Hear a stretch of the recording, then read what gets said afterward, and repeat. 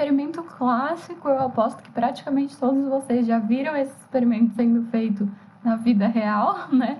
Mas caso não tenham visto, ele está explicando bonitinho no enunciado, então vamos ler. Para simular o sistema respiratório humano, um aparato com 2 bexigas representando os pulmões, uma membrana elástica representando o músculo diafragma e um tubo flexível em forma de Y representando a traqueia e os brônquios. Foi montado dentro de um recipiente plástico que representava a caixa torácica. Na figura 1, as bexigas estão vazias. Deslocando-se a membrana elástica para baixo, as bexigas se enchem, conforme a figura 2. Em uma analogia entre esse aparato e o sistema respiratório humano, o deslocamento da membrana elástica para baixo corresponde, daí ele quer saber ao quê? E aí as opções são contração ou relaxamento do diafragma, e aí qual é a consequência disso? Sobre o volume da caixa torácica, se vai aumentar ou diminuir, e a pressão interna dos pulmões, comparado com a pressão de fora, né, a pressão ambiente, se vai ser maior ou menor. Então, esse é o raciocínio que a gente precisa pensar. Então, vamos lá, ó. A bexiga, que era o pulmão, estava vazia. A hora que puxou, ele encheu. Então, o que ele tá fazendo, gente? Tá fazendo... Quando a gente faz... A gente tá puxando o ar, certo? E o que isso significa? Quando a gente solta o ar, a gente tá relaxando o diafragma. Quando a gente puxa o ar, a gente contrai o diafragma. Essa é a parte biológica do exercício. Inclusive, agradeço profundamente meu querido irmão futuro médico e meu namorado fisioterapeuta que me ajudaram a pensar nessa parte, confirmar se o meu raciocínio biológico estava certo.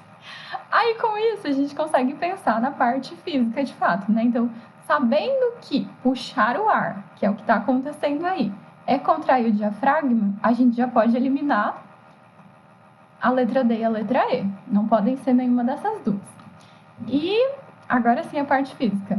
A hora que ele puxa a membrana para baixo, o que acontece com o espaço ocupado por ar dentro da garrafa, que seria o equivalente à caixa torácica? Vai aumentar, né? Porque eu puxei para baixo. Então, é isso que acontece na hora que a gente puxa o ar, não é mesmo? E qual que é a consequência disso? Então, vamos lá. Se o volume da caixa torácica aumenta, a gente pode pensar que isso tem a ver com gases.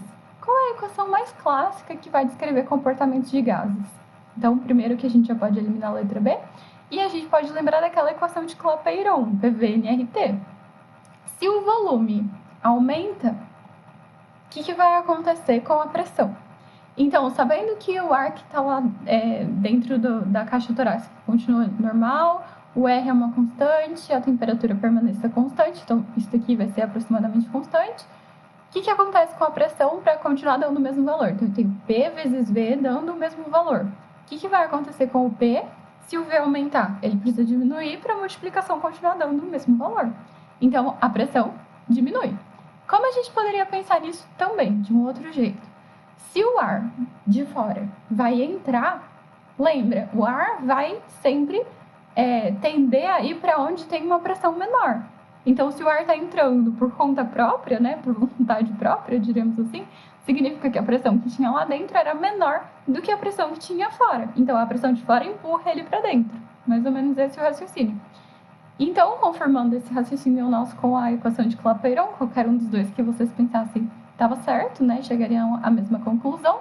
Então, contrai o diafragma, primeira parte. O volume da caixa torácica aumenta e a pressão interna vai ficar menor do que a pressão de fora, que era a pressão ambiente. Portanto, resposta letra C.